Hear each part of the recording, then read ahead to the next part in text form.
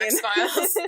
He was a character that just really wanted to be on the X-Files. Yeah. But yeah, they go through this long, drawn-out police interaction with Hendrickson, who's a black man who works for the FBI, and then he gets in on the supernatural thing, helps the Winchesters escape, says that they're dead, and then immediately is killed off for no reason at all, except for that to make the boys feel bad. He's fridged. Oh my gosh. We literally, we had a black man working for the police. We could have done something about systemic racism, and then you killed him. What the hell? Yeah, and it literally served no purpose. Like, it was just, you worked really hard to get everyone out alive, and you didn't have to kill one person to do it, and then, turns out everybody got killed, including the one person that you didn't want to kill, so what was all of it for? Let's cheapen that victory. Yeah, it was literally just to, like, make the boys feel bad. It didn't serve any greater plot purpose, like... They could have also just let him go and, like, not had him back as a recurring character at that point, like... He said that the Winchesters were dead. The case was closed for him as far as the FBI was concerned. Therefore, there's no reason for him not to go and continue about his normal life, like nothing happened. There was absolutely no reason to kill him. They just did. He was killed in the middle of his character arc, and I will never forgive the writers for that. I feel like the same happened to Rufus, too, because we had finally gotten, like, a few episodes with him, we loved him, and then Bobby killed him when he had that worm in him, and I feel like they only did it just to do the same with, like, the Winchesters, give Bobby something to be regretful for. Which makes no sense at all, because Bobby is filled with regret. Yes. And, like, Rufus was such a good character, and he was so funny, and he's played by a really good actor whose name I can't remember, unfortunately, and he was also on the X-Files. I'm looking it up for you. I'll remember it when I hear it. Stephen Williams. Yes. He was really good on the X-Files. Actually, I think they called someone Mr. X at some point, and that was actually his character on the X-Files. There was no reason to kill Rufus off, because he wasn't a frequently recurring character, so it's not like we just had to get rid of a character. Like, we weren't like, oh no, like, someone needs to go, we have too many main people. He wasn't around that much. Like, and this show is so famous for dropping characters. Ellen and Joe friggin' don't show up for 2 seasons just to get killed off. For no reason. Yeah. Absolutely no reason. Yeah, especially Ellen. I mean, Joe at least was injured over the course of the episode. Ellen just, like, died for no reason. I will always be mad about those two as well. But yeah, but before that happened, they were literally gone for 2 seasons.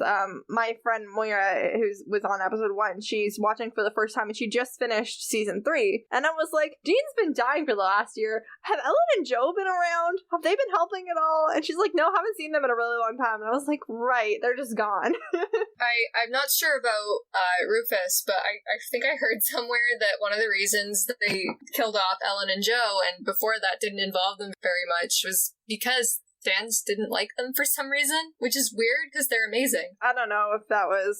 Or maybe it was just the white male fans that they were listening to. Because they were introduced to add female characters to the show, because people were like, this show's fine, but, like, some women would be nice. And so they added women into the second season. That was the whole purpose of them. There was a convention where a fan asked Jensen, when are you going to get a girlfriend? When is Dean going to settle down? And he said, you guys won't let him. And that's because the fans didn't like Joe, because they originally brought in Joe as a new love interest for Dean. And then the fans were like, no, we gotta stop this. Yeah, I never liked Joe and Dean. I didn't get the vibes, but I really like the actress that plays Joe. She was in Veronica Mars, and I really like her. And I think that Joe and Ellen as a duo was perfect. That's who should have had a spin-off.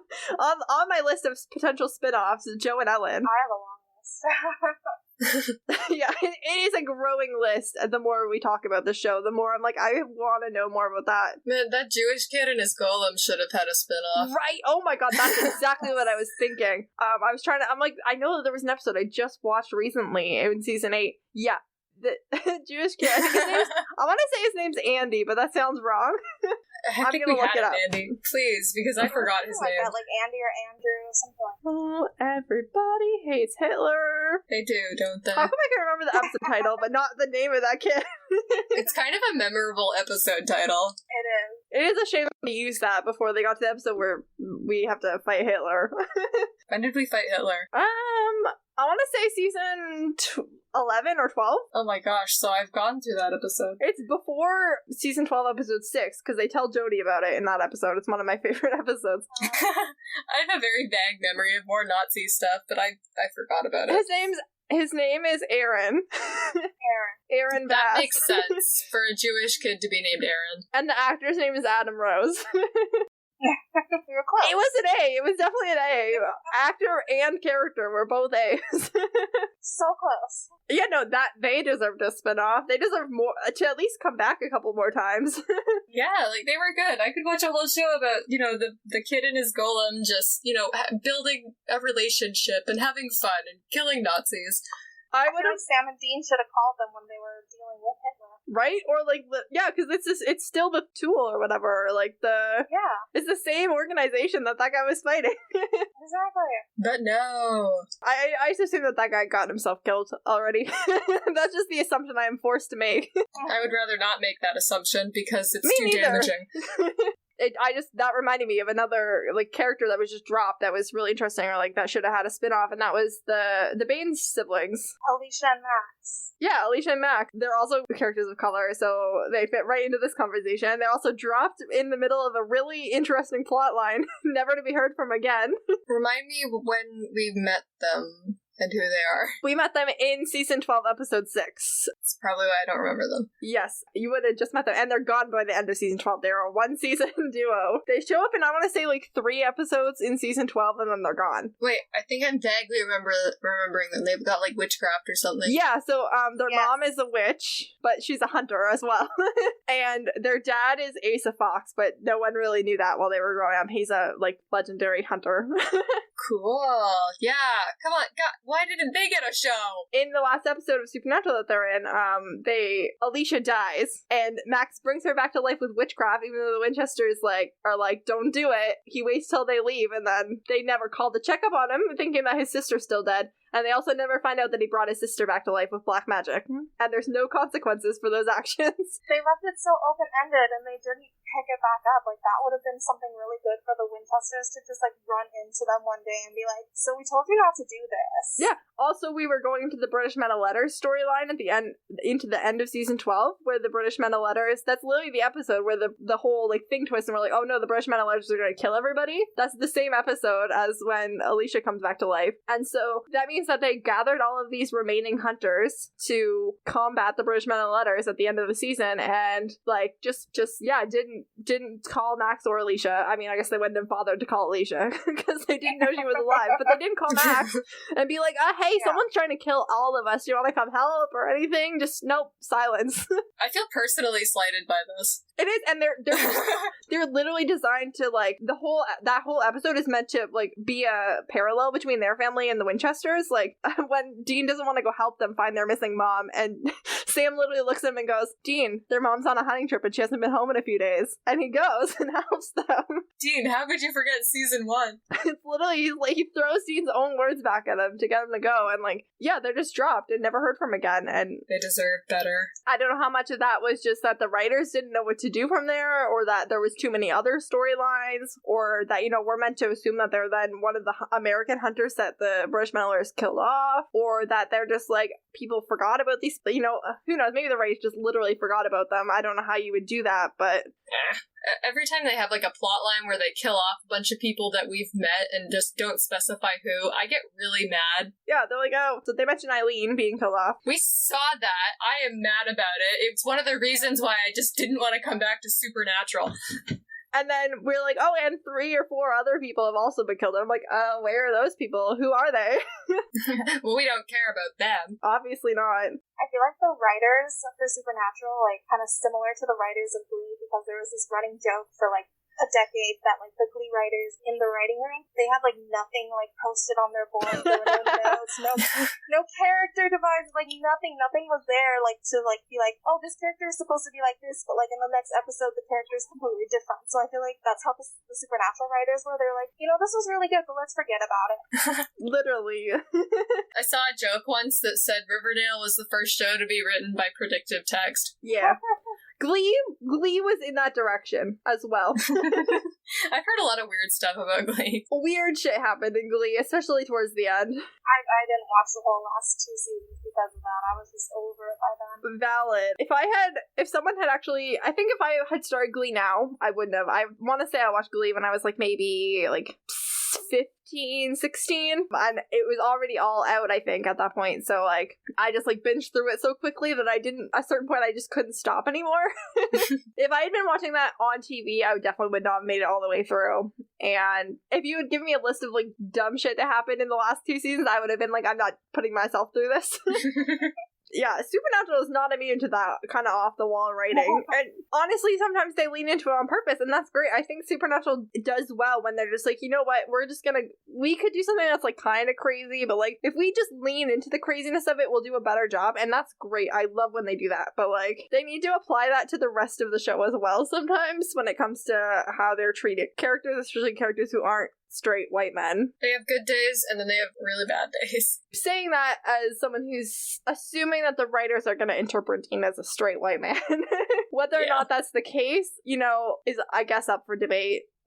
For me, it seems obvious that he's not, but you know what? I can afford the writers that, like, benefit of the doubt, I guess, that they might not be reaching that conclusion for some reason. That's a whole other discussion episode. Oh, yeah. It's going to be I think it's going to take multiple discussion episodes to really fully unpack that. Because I have thoughts on Cass's sexuality, so that'll have to wait. You have to get to the end, and then you can listen to some of the podcasts and stuff that I have saved for you. I mean, I've already had the ending of the show spoiled for me by Tumblr. Fair enough, but you still want to get as much of the experience. Yeah. Yeah. With the full context, honestly. Yeah, because, like, learning this secondhand from Tumblr is a fun experience, but it's not really the way to watch the show. But yeah, I think also now I watched the show really differently. Like, when you're working with a closed canon show, it's really different to talk about. When you're like, okay, the show is over. This is what the writers have left us with as an ending, presumably. You know, assuming nothing wild or wacky happens. Like a spin-off about John. Ugh. That's gonna be its own thing. Oh, gosh. You know that we're gonna have to watch it so that we can talk about it on here, right? No, don't make me.